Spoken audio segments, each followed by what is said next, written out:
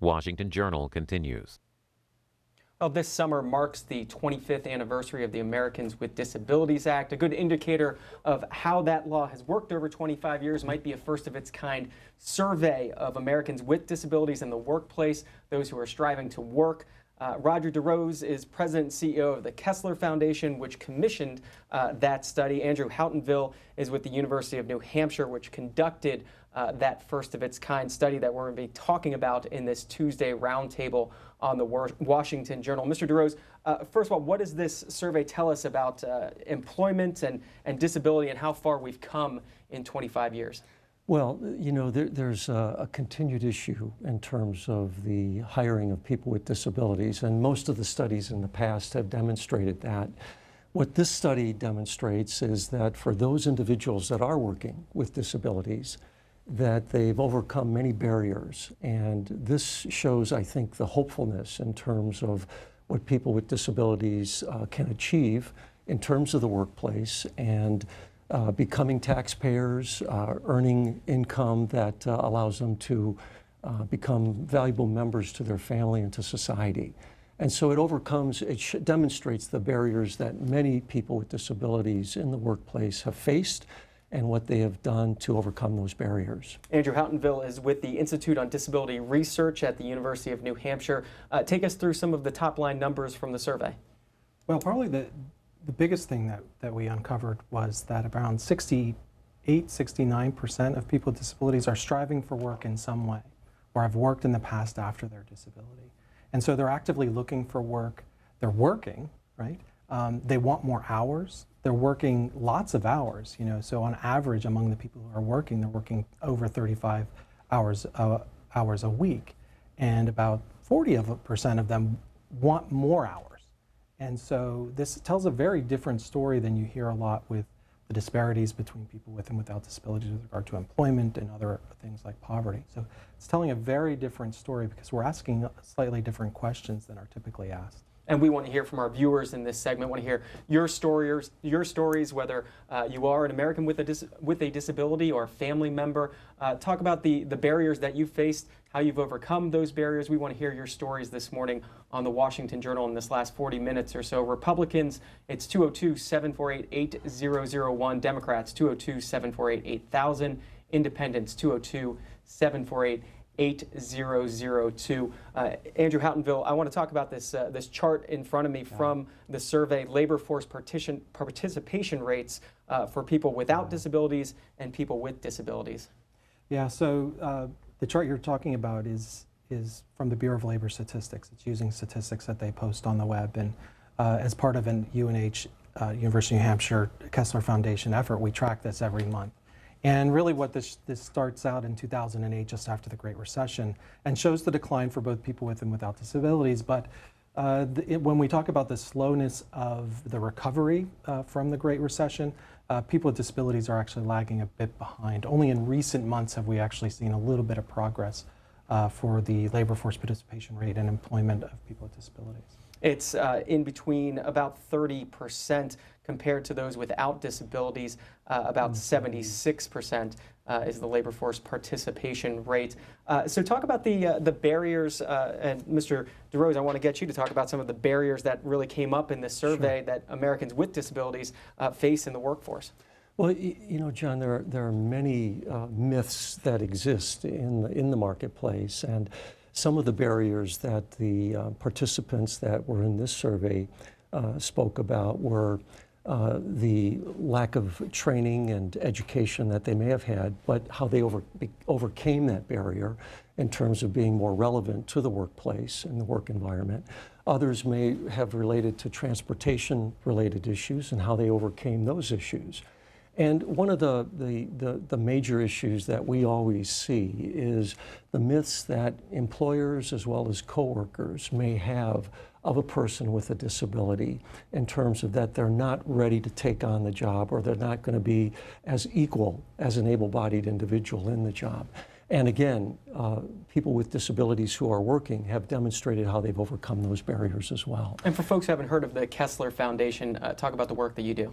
Well, Kessler Foundation is a disability organization that has a major research component where we're developing new interventions for brain and spinal cord injury and stroke and multiple sclerosis. And then we have an employment venture funding arm, if you will, that gives grants to other nonprofits that are really focused on employment initiatives for people with disabilities to demonstrate that people with disabilities can enter the workforce and be successful. And Mr. Houtenville, for the purposes of this survey that you did, how is a person with a disability, how is that defined? So we use, there's no uniformly accepted way. We use the Census Bureau's questions, and we added a few questions from the Canadian Survey on Disability. And so we mix those in, and we ask those questions up front. And what are a few of those questions? So do you have a condition, do you have a hearing, do you have hearing difficulty? Do you have difficulty seeing even when wearing glasses? Do you have difficulties going up, serious difficulties going up, downstairs, walking long distances? Do you have a mental condition that limits your ability to remember, concentrate? And so those kinds of general functioning questions. We don't get into like kind of specific details about a disability. And as we're talking about this survey, you can follow along. You can check it out at kesslerfoundation.org. We want to hear from our viewers in this segment, though, about your experiences, specifically barriers that you or family members may have faced and how you've overcome them. Roberta's up first, San Diego, California. Line for Republicans. Roberta, good morning. Hi, how are you today? Good. Well, I'm calling regarding my son, who is a disabled young man. He, this month, will be honored for 25 years of service on a military base working for a contractor. But since the Affordable Care Act has come about, he has lost his health care. They offered him what they call FCE, which when we got the information was terrible, absolutely horrible health care. He has always taken health care and always been covered by health care. He has Kaiser Permanente. They took him because this FCE was so bad, he ended out on COBRA, which cost him like $90 a month or more for the same thing he already had.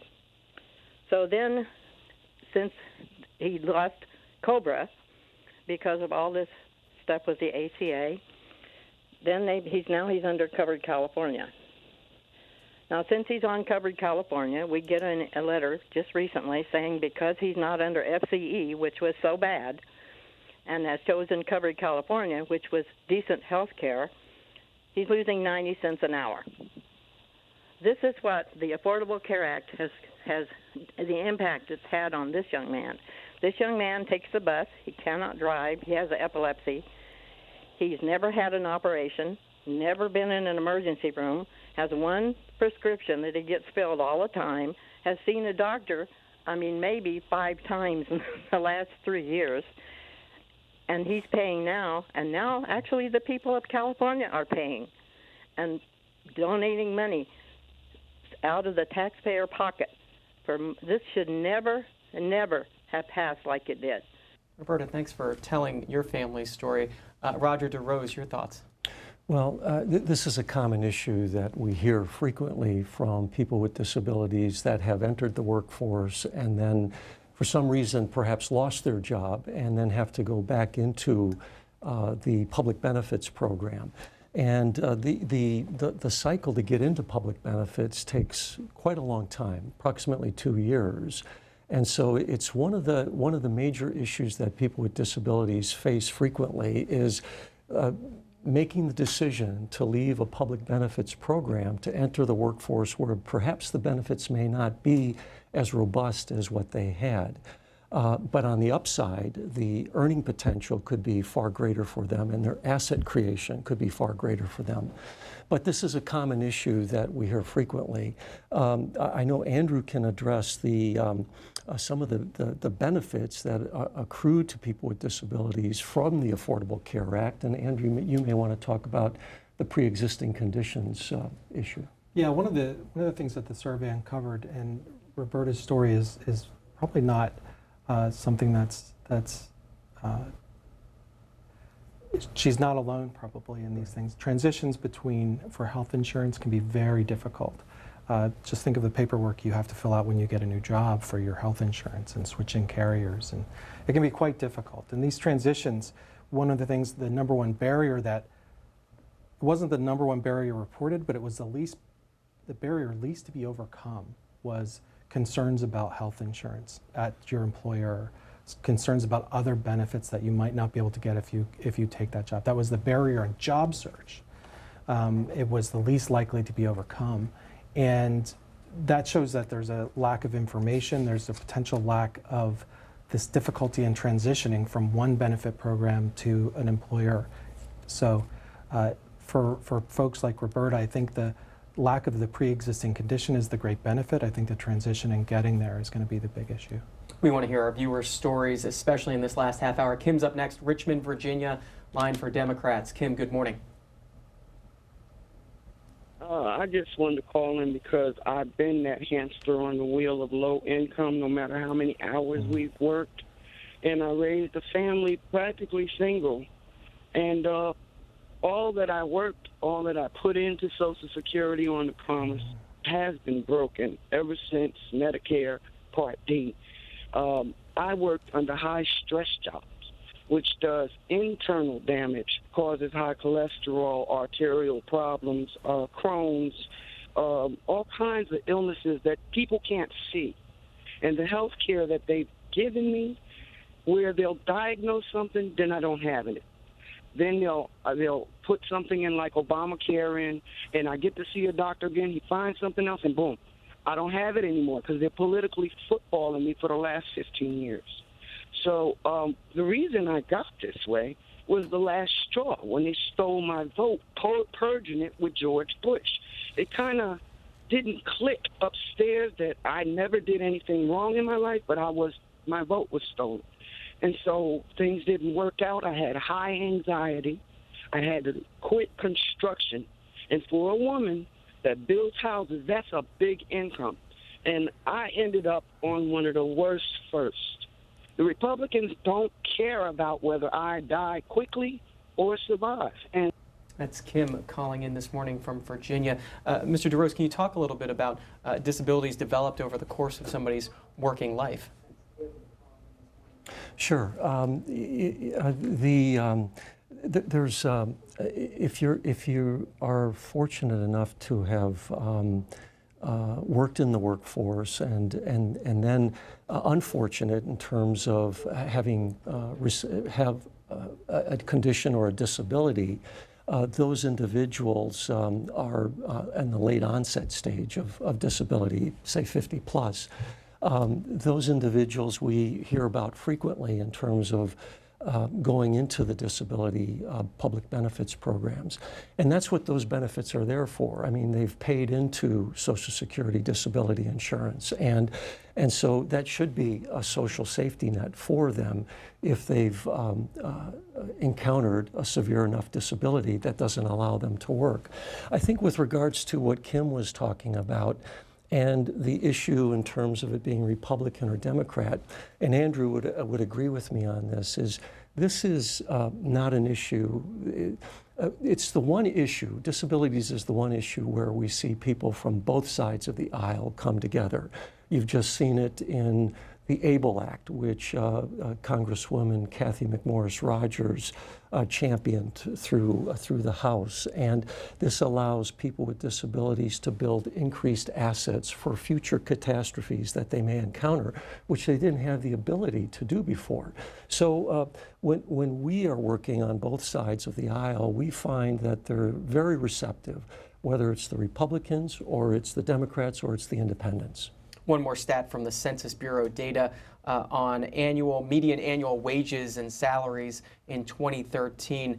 People without disabilities, it came out to about $31,000 for people with disabilities, $10,000 lower, about $21,000.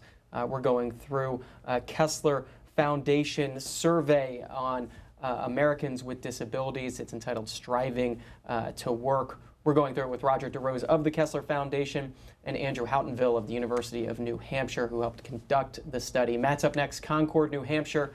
Line for Independence. Matt, good morning. Yes, good morning. I'm very pleased to be watching this morning and learn that New Hampshire has done research in this. And the man from University of New Hampshire, I'm sure he'll hear from me at some point.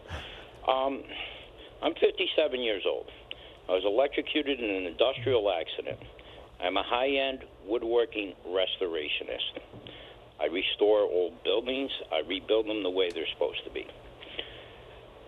I cannot find a job. I have looked. Being disabled has been such an impediment to my life. I couldn't drive for 7 years. I've been misdiagnosed multiple times, been called an epileptic, been told I'm not an epileptic.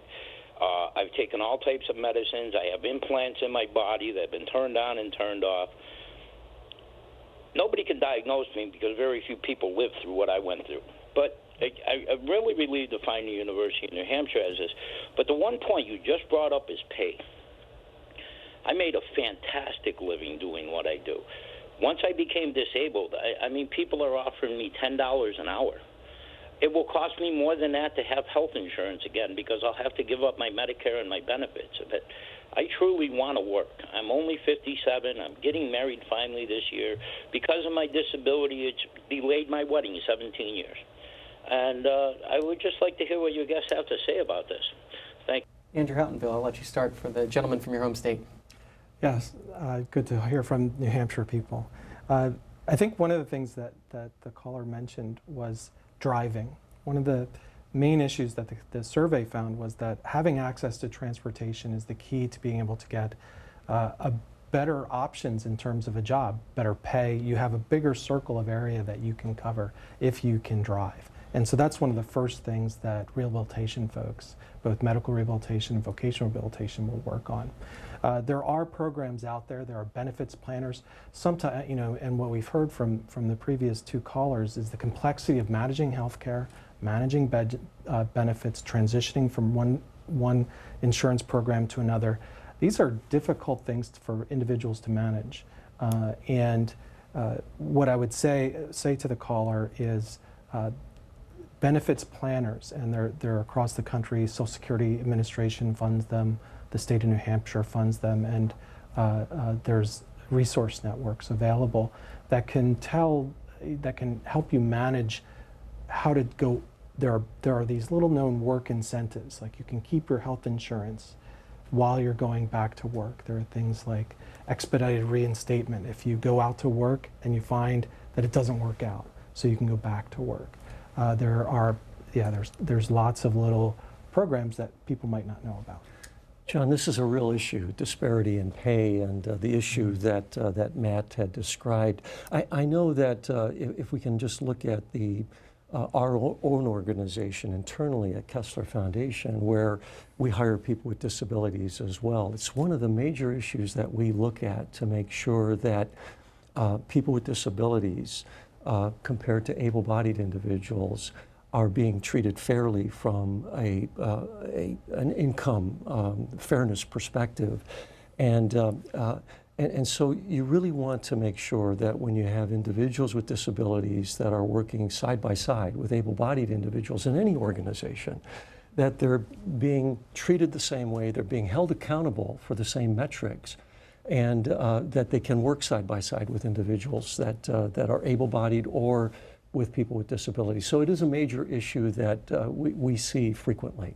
If you are an individual with a disability or a family member of an individual with a disability, would like to hear your story in this last segment of the Washington Journal today. We'll put the numbers on the screen for you. Rebecca is waiting in Wisconsin on her line for Republicans. Rebecca, good morning.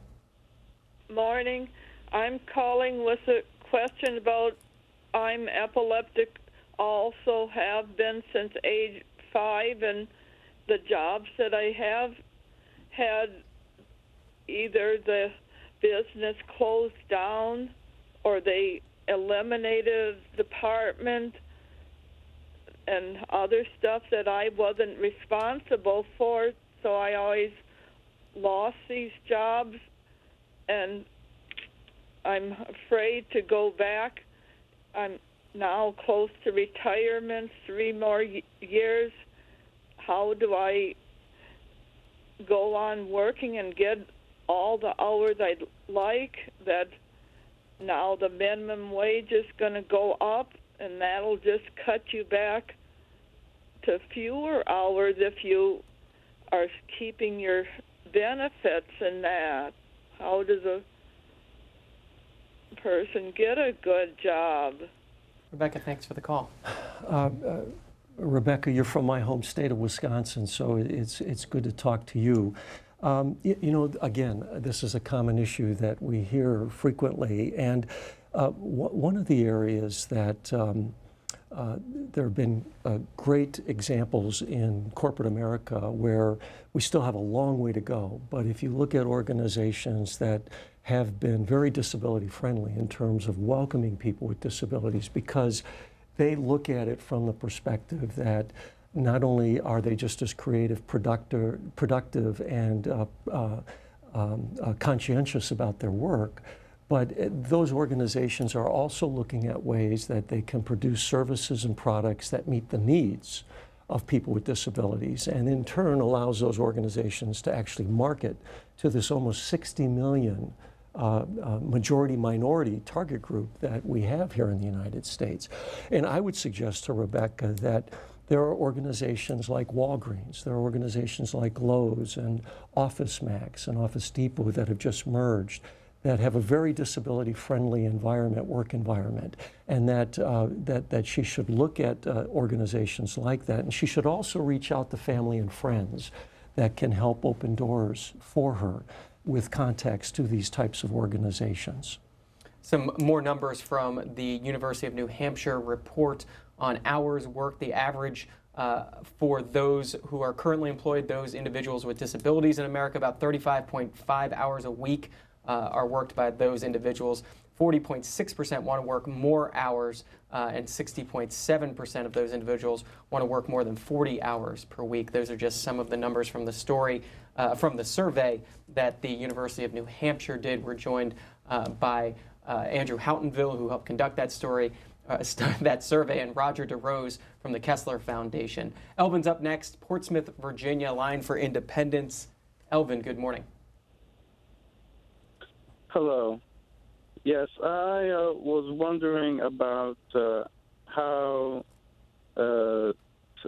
disabilities such as ADHD and autism are treated in the workplace, and I know there's certain there's a better awareness of how it affects their work in different environments, accommodations they might need. But as one with ADHD, I find that it's difficult to know whether to tell the person or tell in the interview or how to bring it up or advocate for yourself.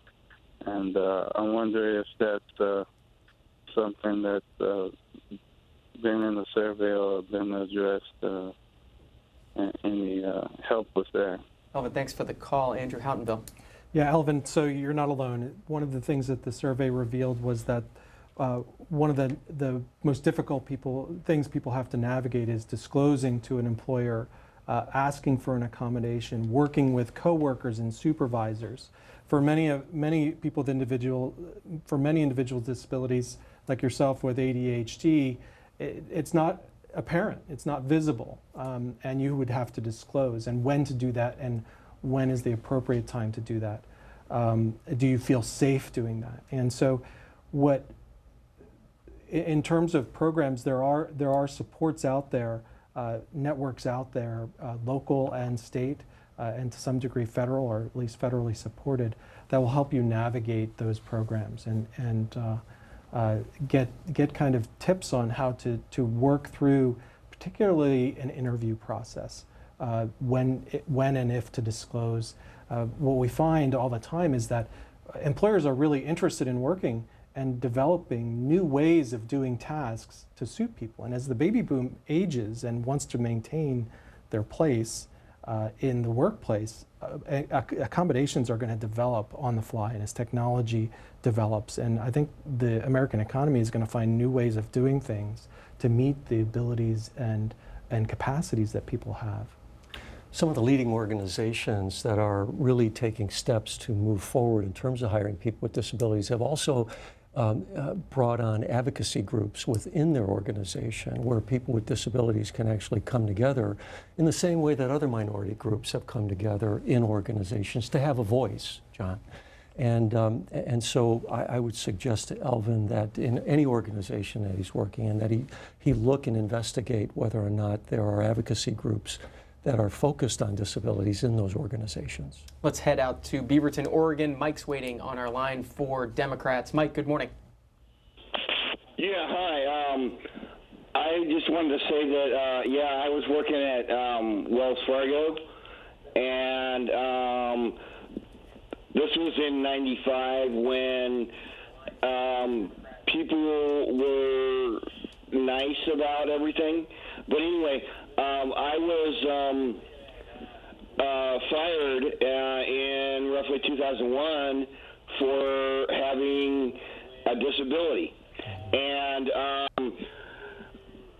I had been on Social Security disability before, and I got it from both ends. I got it from the government because they dropped me from the rolls, and at the time I was working, I was only getting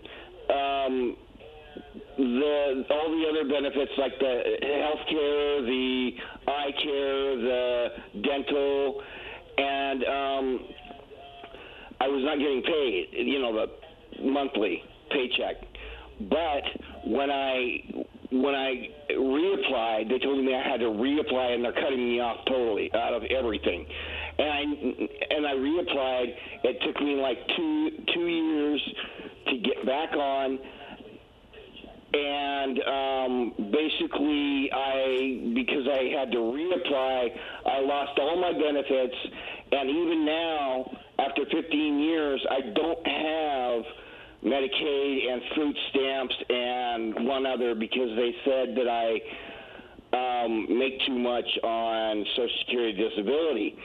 Andrew Houtenville, I'll let you start on that one. Yeah, so it's quite a long story, and it's not unusual for the processes for, saying, getting reinstated, or in his case, reapplying for benefits to take quite a while.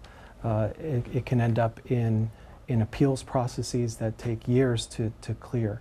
And also, one thing that he also mentioned is, when you think about disability benefits, it's not that there's this huge benefit program out there. It's very large in terms of numbers, but in terms of value, people are really living at kind of really poverty level wages, poverty level income for decades, right?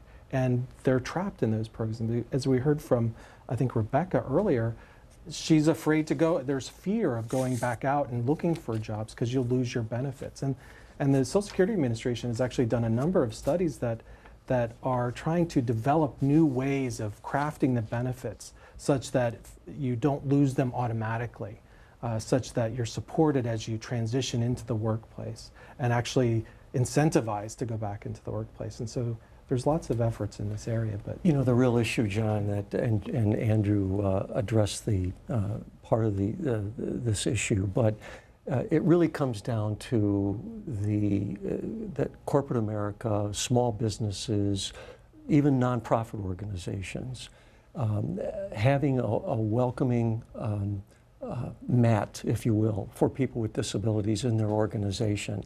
As Andrew mentioned, as the baby boomers age out of the marketplace, we're going to have a huge gap in terms of individuals that can do the work. And we have to find ways that we can bring business and the disability community together. And we still have not made that connection. This survey, part of that effort to start to do that. It demonstrates that. It demonstrates that people with disabilities can do the work and can do the job and be just as productive as able-bodied individuals. And that's what we're trying to change through our demonstration projects, through the test markets that we fund, that demonstrate to corporate Americans, small businesses, through social enterprises, that people with disabilities can add value, can add shareholder value to any organization. And again, it's KesslerFoundation.org if you want to follow along. I'll let you take Antonia's call from Birmingham, Alabama, line for Democrats. Antonia, good morning. Good morning. Yes, I'm calling because my daughter has a disability as a result of a car accident from a TBI injury, a traumatic brain injury, and she's afraid to list her disability on applications because she looks fine.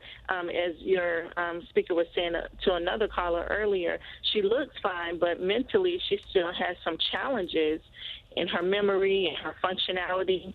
And my question to your panel is, are you violating the statement you sign in the application if you wait to disclose your disability? So if it says you sign that everything is truthful in this application, but you don't put down your disability, are you violating it once you disclose it later? Andrew, you want to start? Sure. I am not a lawyer, so I don't know specifically. Non-disclosure, as far as I'm concerned, as far as I know, is not an issue in terms of being truthful. You may not have disclosed that issue. They can't ask about disability, the existence of a disability, at all. So it's not until after you're hired that these kinds of conversations can start happening, that you can bring it up. And so during the hiring process, capabilities due to the influence of your daughter's disability should not come up in the conversations. And our vets are facing this all the time, the vets that are coming back from the wars in terms of TBIs and PTSD. And, it's one of the most delicate issues to deal with in terms of getting employers to feel comfortable with individuals that may have sustained a TBI in terms of what the long-term reaction may be. And yet, there's proven evidence that people with traumatic brain injuries can become very valuable members of the organization and offer and contribute to that organization's well-being. So we've had great success in terms of working with TBI patients and making sure that they feel a part of the organization that they are working in. Let's go to Jim in Arlington Heights, Illinois. Line for Democrats. Jim, good morning. Morning. Go ahead, Jim. Yes, I had a question. I'm 58 years old. I've been disabled for 8 years. I worked for 35 years, all my life, in the financial services field until I became disabled. My wife's a school teacher. She worked all her life. And we have insurance now that we're barely being able to pay through her work. And my insurance that we have, or our insurance that we have, is substandard compared to everybody else's health insurance that's on Obamacare. And I'm a Democrat, and I'm really disappointed in what's happened because I've worked all my life. My wife works all her life. We've paid our share of taxes and more. And now, when we need our insurance the most, our insurance is really substandard compared to what everybody else is getting for next to nothing. Andrew Houtenville. Yeah, I think this stresses the importance of what was leading up to the passage of the ACA was cost containment. That, as healthcare costs have risen over time, the ability to cover lots of different things has diminished. And so, when Jim was younger, entering into these programs, I remember when people would have health insurance after they retired and they'd have it for the rest of their lives from that firm. The rise in healthcare costs really took away the ability of employers and the federal government and local government to cover healthcare costs. And being able to manage on a slim health insurance plan as you're reaching into your 50s and 60s can be quite difficult for everyone. Let's go out to California, where Carrie is waiting on our line for Independence. Carrie, good morning. Good morning. Thank you for taking my call. My question is, I'm disabled, and then I also have a developmentally disabled son. And you've got places out here in California or agencies like the Regional Center, Inland Regional Center to be exact, and they're committing fraud. They're taking the government funds and buying their own homes to open their homes, and then they're denying people like my son or myself that wanted to open a home. There's no accountability. And, I mean, I've searched for a lawyer to sue them because that's the process that they make you go through in order to get benefits, and I can't even find a lawyer because they've hired them all in the area. So what can we do about the Accountability Act? Roger DeRose, an issue you've looked into? It's not an area that we spend a great deal of our resources in. If you look at the four major areas that people with disabilities face, it is housing, it is health care, it is transportation, and it is employment. Those are the four major areas that people with disabilities face. And with limited or finite resources, you can only do so much. We have tended to focus our resources on research and employment initiatives. So I'm not an expert in this area of the housing. A larger issue for study at the Disability Research Center out at the University of New Hampshire? Well, looking at the Capitol Dome in the background, I would say if you have some legal issues, and need some legal support, getting a hold of your local representative. Their offices will field calls such as yours and point you in the right direction. There are programs called Protection and Advocacy. There's a National Protection and Advocacy Association specifically for people with disabilities. Lawyers that work for them are for citizens, not for the government. And so the Protection and Advocacy system is a national system, and your representative probably can help you get there. Felicia is in Arlington, Tennessee. Line for Democrats. Felicia, good morning. Good morning. Listen, I worked for the Postal Service in Atlanta from 1986 to 2004. I was injured on the job in 86 and again in 89. It resulted in fibromyalgia. And then I had a car accident that added to the chronic fatigue. By 2004, I'd been so stressed. I was an extremely good worker, and I kept working. I would have some time out, but it got so bad because of the stress of the job that I left. I am still a viable person. I've been out for 10 years. I went through my 401k waiting to get my Social Security and disability. I lived 10 years in a back room, and I'm capable. And with the post-traumatic stress, I want to try to do something to be a viable human being, but I'm so traumatized from experiences, and there's nowhere to go because every avenue you try to take, people tend to look at you as if you're less than once you go on Social Security. It's this backlash, and you're a capable human being, and you're willing, but where do you go when you want to be a functioning person in society? Roger DeRose taking notes throughout the course of her story. Well, you know, I think it's a common issue that we hear about frequently, John, and again, there's state help with the vocational rehabilitation organizations within that state. So that's a source of information as well as potential leads for opportunities for our caller. And I think, again, the other area, John, that individuals should look at is those organizations that are disability friendly and are welcoming to hiring people with disabilities. And while the number is small today, it's only going to grow as baby boomers age out, and we have to look for new individuals to be productive members of the workforce. So it's going to grow. I would add, you know, one of the common themes across all the callers is that they've tried, they've strived, they've done things, they've been held back by fear of losing benefits. They've had a lack of resources available to them, either from a lawyer or from job counseling. You know, it really is very consistent with what the survey has been saying, is that people with disabilities are striving for work, but there are barriers. Some we've heard from have successfully overcome. The last caller worked from 1986 to 2004 with a disability in the Postal Service, and that was a great story. But as people get older, it becomes harder to manage multiple conditions coming on. One of the things the survey really pointed out was the need for, or the use of, friends and family. And so for the last caller, one of the big issues that people with disabilities face is it's not just barriers going to work, it's barriers doing other things, being active in the community, being active in your church, being active in your neighborhood.